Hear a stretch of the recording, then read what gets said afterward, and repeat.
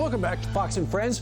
Former Acting Secretary of Defense Christopher Miller is joining calls for General Mark Milley to resign over accusations he had secret phone calls with China.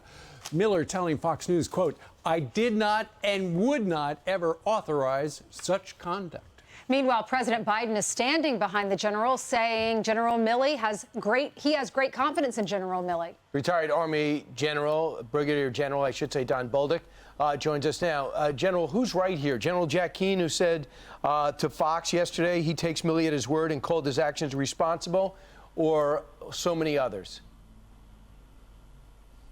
I believe his actions are irresponsible, and they fall somewhere between treason and dereliction of duty.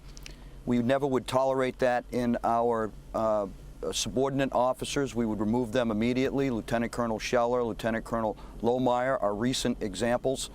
I am being reached out to by many people in the military who have lost confidence in the chairman. There's a perception out there that he did this. He needs to do the right thing, have some moral courage, step aside. We need to conduct an investigation, and he needs to be held accountable for this either treasonous or somewhere between dereliction of duty. General, you know, Joe Biden and the White House say we stand by General Milley. But if General Milley did this to Joe Biden, you got to figure he probably would be fired by noon. Oh, there would be no doubt that President Trump would have fired him. I would assume it wouldn't take until noontime, right?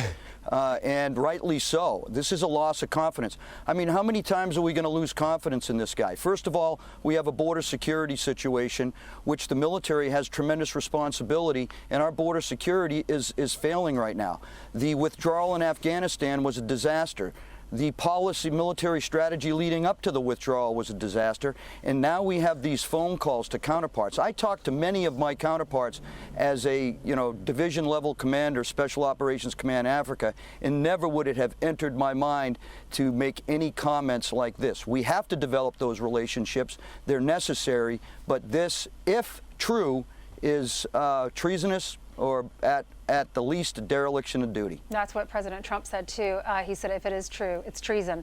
I know that you've called for Milley's resignation many times. You say that you know how he operates as a politically driven general. What do you mean by that? Well, I've watched him over the years, and I've watched many of the generals and most of the Joint Chiefs that are in place right now.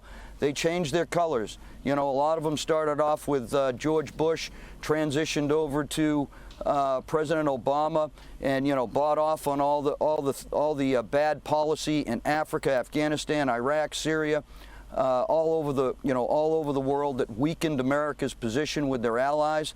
Then they transitioned to President Trump, which I knew would be difficult for all of them. Apparently it has, because they undermined him behind his back. And then they go back to President Biden, who has demonstrated how it's an incompetent administration, and we are in a lot of trouble economically, fiscally, and the safety and security of Americans. And I am afraid for our reputation and for our military service members on the ground in many places of the world. Now, if you're afraid, then we're afraid. But the good news is that China's going to get a heads up if we're going to bomb them. So that's good to know that War College class is going to be in session. Appreciate it, General, and we hear your alarm. Well, I hope Americans do, and I hope they call for him to do the right thing. I know our service members believe there's a perception. Perception can be reality. It's one of the rules of a leader.